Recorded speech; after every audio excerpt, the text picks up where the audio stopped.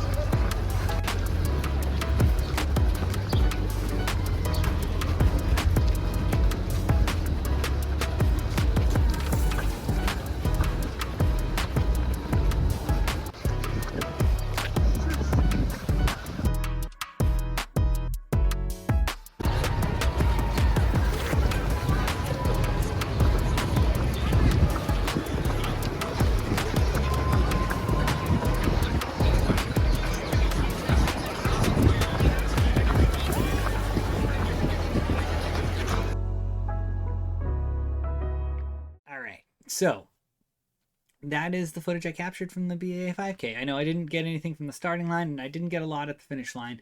Um, really cool thing about the finish line this year is the 5K ended right at the Boston Marathon finish line. Normally in the past, the race has gone past the finish line, at least my experience with the race. I don't know if they changed it. The last time I ran it was in 23. So they may have changed it since then, but it always ended after the finish line. This time, everyone got to cross the Boston Marathon finish line as the finish, and that to me was really cool because it always takes place the Saturday before the marathon, so everything's set up for the marathon. It's amazing.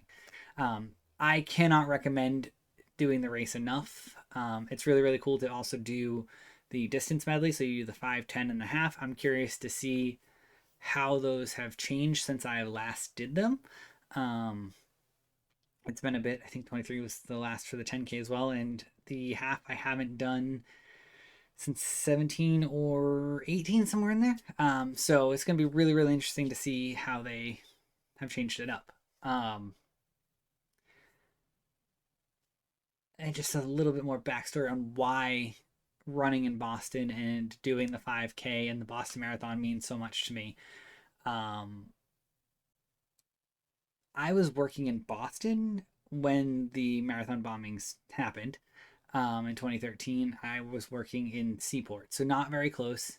Um, but I'd only worked in Boston for about a year and a half before that. So I got to see Marathon Monday in 2012 from a being in Boston standpoint. Before that, I'd only really experienced it either on TV or when I was in college. The route went right past my college, so I got to be out there for a little bit and see the runners going by.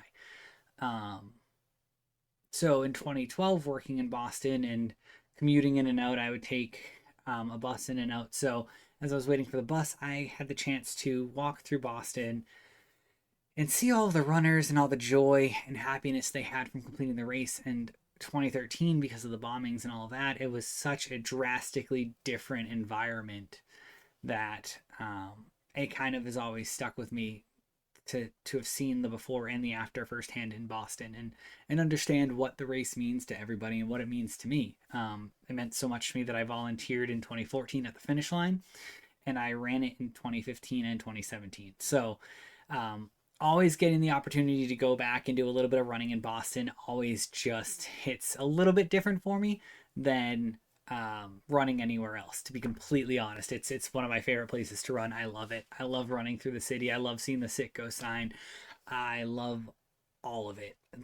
The tunnel, you name it. It's just there's nothing quite like it in my book. I love running and Run Disney. I love traveling to run and running all over the place. But nothing hits quite like running in Boston for me, and I know that might be weird, um, but it is my favorite place. So, what did this year's 5K look like? Well, they changed it up a little bit. They pushed out the starting line a little bit further away from the commons. You still got to go through the underpass tunnel where like everybody hoots and hollers. It's great. You can see Boston Strong painted on the overpass. You can see the Sitco sign. It's not very. There's a few hills, but it's nothing too bad to run in, honestly. But you do get to do the iconic like right onto Hereford, left onto Boylston. Just take all of that in, and then every year I've done it before this, like you get to run through the finish line, like through Boylston on the finish line, and you'd have to keep going all the way to like the next finish line. But the marathon finish line's already there, so like you have kind of the experience of doing that. But like this year, it was set up as the finish, and you have like the photographers taking your picture at the finish line. You have all of this cool and amazing stuff, and it's so awesome. I love the B.A.A 5K. I do. Um, and I love the marathon. It's just so great. I think it's so cool. Um, and honestly, like I said, I can't recommend it enough. I know I feel like I'm not talking a lot about the race, because overall, it's just one of my favorites. And time and again, I go back to running these because they're my favorite. And the 5K is just so nice because you run it and then you can go to the Marathon Expo, which is held at Heinz Convention Center, which is right on Boylston as well. So you can go pick up some really cool merch from it, which of course we did. We went and got some stuff there. I know the coolest thing as a runner you can buy is socks. So I bought Adidas running socks, which I think are awesome. Um, and then I got a nice cool shirt that just lists all the cities and towns involved in the 5K. It's really cool. I I tend to try not to buy like dated marathon merch if it's not a marathon I'm running. Like I love a lot of the B.A.A and the marathon merch, but I won't buy Boston Marathon merch usually unless I have some sort of like connection to it. I bought this shirt because while it's dated over on the sleeve, um, 2026, it just lists the cities on the front, and I think that's really cool, because it's pretty iconic to know all the cities you're running through as you go from Hopkinton all the way to Boylston. So I really enjoyed that shirt and had to pick one up for me. I know Rachel bought like a marathon baseball jersey, which is really cool. Um, that one is a little. That one does have a date on it, but I think it's fine. I think it's really cool and it's totally worth having in our collection for really cool marathon stuff. Because again, I just really like it. But there's so many cool things at the expo that you get to try out. There's Trex. I cannot remember her name right now. If I can find it, I will insert it here into the as a text thing to let you know who it is. But this woman ran 100 miles on a treadmill, and that was going on at the expo, which was really awesome. We got to go see her.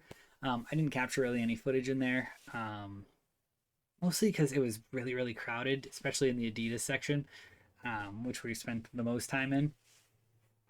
But everything about the marathon is awesome. And everything about the 5K was really well done. And because we did the distance medley, this is circling back, um, because we did the distance medley, there was a special like tent or area that we got to go to get our medals, to get our shirts, and to pick up any like food. Like they had like a post race like goodie bag, and then bagels and pizza, all the typical like post race stuff.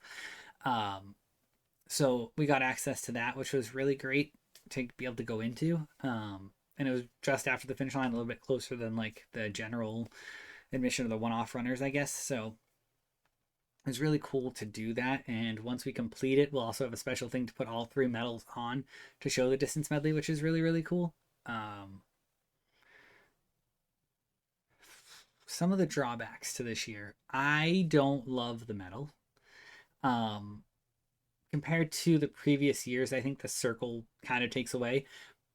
But I get that B.A.A is transitioning and doing some new stuff and changing things up. So I can kind of get them going in a different route. honestly, I did love that instead of giving you a shirt before the race, you picked it up after, which made it a lot easier to just kind of show up and run instead of having to worry about, am I going to do bag check? Can I grab my shirt and make it back to my car in time? Like, because that's usually my number one thing is, oh, I got to go pick up my shirt. And I don't like to wear my shirt until after I run the race. It's just a personal um, superstition of mine to try to wait till after. So I always pick it up and run it back to my car.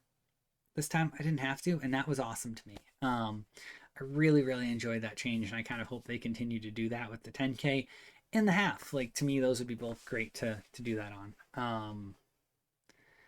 So overall, I mean, the B.A.A 5K gets an A from me. I love it, and the fact that they moved the finish line to the marathon finish line. You know what? A plus. And it gets an A plus. That move alone moves it from an A to an A plus, moving the finish line to the marathon finish line. Because marathons may not be doable for everybody, but now a lot more people have the opportunity to finish a race on that iconic finish line. Yes, it's only a 5K, but only a 5K is still 3.1 miles, which can be more than some people can do, and is still one heck of an accomplishment that everybody deserves to celebrate. So I love that people can have that experience of crossing a race finish line and have it be the Boston Marathon finish line while finishing their 5K. I think that's awesome. So they get an A plus from me. That is my review of the B.A.A 5K for 2026. And yeah, we'll be hopefully doing a couple of things where we talk about the Castaway K 5K from the Disney cruise next. So we'll catch you all then. See you.